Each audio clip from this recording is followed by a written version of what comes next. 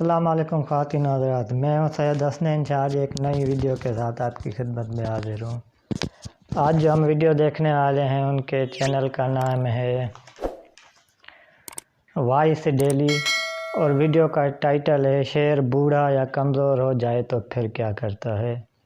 तो चलते हैं नाज़रीन, ये डॉक्यूमेंट्री देखते हैं जो शेर के मुतालिक लग रहे हैं। तो चलें वीडियो को स्टार्ट करते हैं और देखते हैं कि वीडियो में क्या है। और वीडियो का लिंक आपको डिस्क्रिप्शन में मिल जाएगा, आप वहां से डायरेक्टली इनके चैनल वॉइस डेली पर जा सकते हैं और उनकी बहुत सी मज़ेदार वीडियो को देख सकते हैं। तो चलते हैं नाज़रीन, वीडियो को स्टार्ट करते हैं।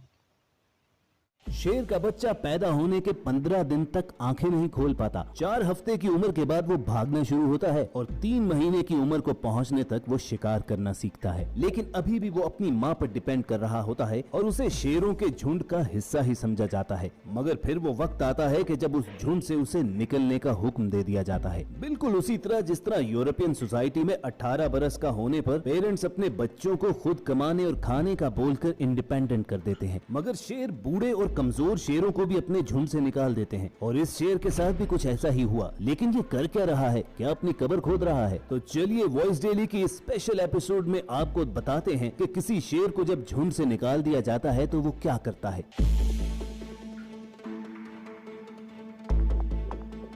चले ना, ये शेर की ज़िंदगी के मुतालिक वीडियो है, देखते हैं कि क्या कहानी है शेर की जिंदगी की।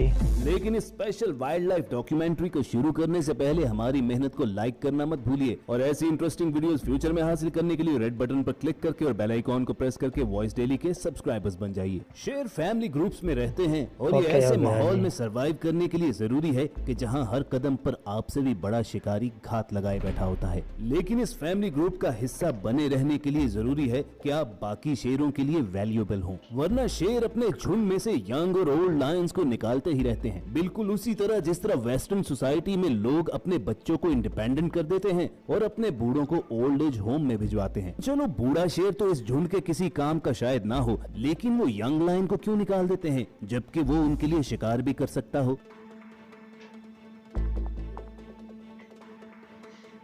तो हम इंसानों को जो असल में जुल्म लगता है वो इन शेरों का असूल है। यूँ समझ लीजिए कि यंग लायंस की एक ट्रेनिंग का हिस्सा, जहाँ पर उन्हें इस वाइल्ड वर्ल्ड में खुद ही सरवाइव करना होता है, तभी जाकर तो वो जंगल का बादशाह बनता है।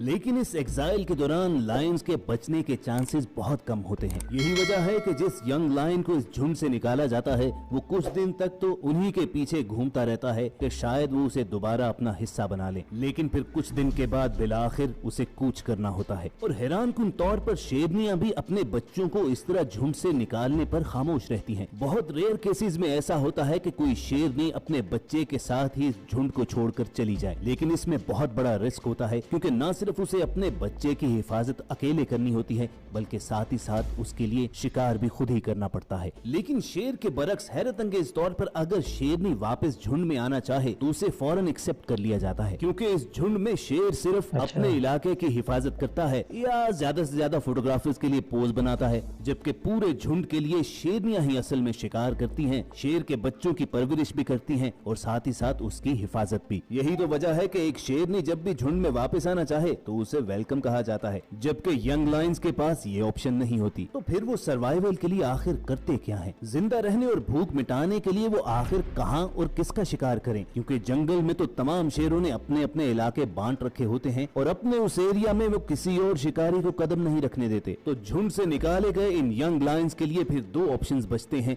या तो वहां से बहुत दूर चले जाएं या बाकी शेरों का शिकार किया हुआ बचा खुचा खाएं। लेकिन यहाँ पर प्रॉब्लम ये आती है कि उस बचे खुचे को खाने के लिए भी हाइनाज मौजूद होते हैं और कम उम्र या कमजोर शेर के सामने तो वो गीदड़ भी शेर हो जाते हैं और उसे उस खाने को हाथ तक लगाने नहीं देते। तो फिर फर्ज कीजिए कि अगर उस शेर को जंगल में कोई हिरन या जंगली भैंसा नजर आता है तो क्या उसका मसला हल हो गया? हरगिज नहीं, क्योंकि शेर बहुत कम अकेले शिकार करते हैं। वो हमेशा ग्रुप्स की सूरत में अचानक अपने शिकार पर अटैक करते हैं। उनकी फिजिक इस तरह बिल्ट होती है कि वो ज्यादा देर तक अपने शिकार के पीछे भाग भी नहीं सकते और अगर शिकार जंगली भैंसे जैसा ताकतवर हो तो वो कमजोर शेर को अपने सींगों पर उठाकर पटक देता है और इस सूरत में तो शिकारी खुद शिकार बन सकता है। फिर एक झुंड से निकला हुआ अकेला शेर आखिर जिंदा रहने के लिए क्या करे। हम इंसानों की तरह अपने किसी बुजुर्ग से मशवरा लेने से तो वो रहा, और ना ही आजकल के यंगस्टर्स की तरह उसके पास फैसिलिटी है कि वो हर प्रॉब्लम का सोल्यूशन गूगल करके देख ले। तो बस फिर वो शेर हंटिंग के इजीएस्ट लेवल से स्टार्ट करने का डिसीजन लेता है, और वो है वॉर्ट हॉग यानी जंगली सुअर का शिकार।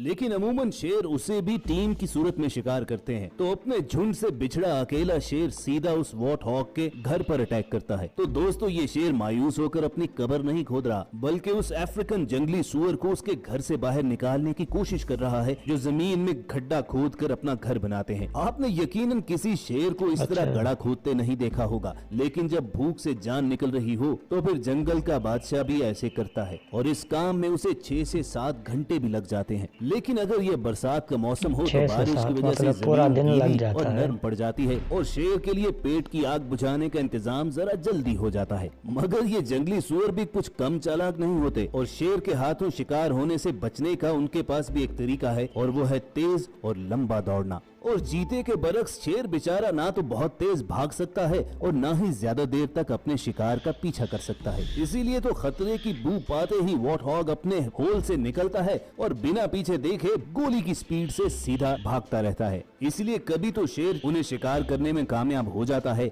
और बाज़ औक़ात खाली हाथ लौटना पड़ता है। इसी रोज रोज की मुशक्कत से जान छुड़ाने के लिए फिर वो अपने झुंड में वापस घुसने की कोशिश करता है, और एक तख्त पर 2 बादशाह तो बैठ नहीं सकते, इसीलिए उस झुंड का हिस्सा बनने के लिए वो या तो मेल लाइन को मारकर भगा देता है या जान ही से मार डालता है। लेकिन क्या तन्हा और कई कई दिन के भूखे कमजोर शेर के लिए ये पॉसिबल है कि वो एक ऐसे लायन को मार भगाए जिसे उसकी शेरनियां रोजाना वाफर खुराक देकर स्ट्रॉन्ग बना रही हो? तो इस survival of the fittest war को जीतने के लिए यंग लायंस खुद को ट्रेन करते रहते हैं, जिसमें से एक मसल्स को स्ट्रॉन्ग करने के लिए पानी में चलना और छलांग लगाना है। और इससे भी ज्यादा हैरान कुन बात तो ये है कि बाज़ औक़ात अपने अपने झुंड से निकाले गए मुख्तलिफ शेर मिलकर एक ग्रुप बनाते हैं और फिर वो मिलकर उस लाइन प्राइड पर अटैक करते हैं जहां से उन्हें कभी निकाला गया था। ऐसी सूरत में उनके चांसेस बढ़ जाते हैं कि वो मेल लाइन को वहां से मार भगाएं और झुंड का दोबारा से हिस्सा बन जाएं। तो क्या उसके बाद फिर वो हंसी खुशी रहने लगते हैं? ऐसा हरगिज नहीं।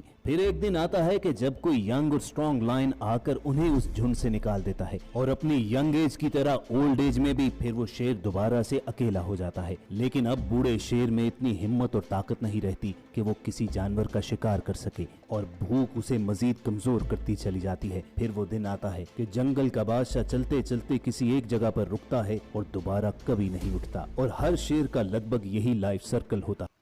तो नाज़रीन, ये थी हमारी आज की वीडियो। उम्मीद है आपको पसंद आई होगी। बहुत ही मज़ेदार जो है ना शेर की ज़िंदगी के मुतालिक मालूमात थी। बहुत ही मज़ा आ रहा था देखकर, और बहुत ही मज़ेदार तरीके से जो है ना ये डॉक्यूमेंट्री बनाई गई थी वॉइस ऑफ दिल्ली के चैनल की जानिब से। तो मिलते हैं नाज़रीन अगली वीडियो में, तब तक के लिए अल्लाह हाफ़िज़।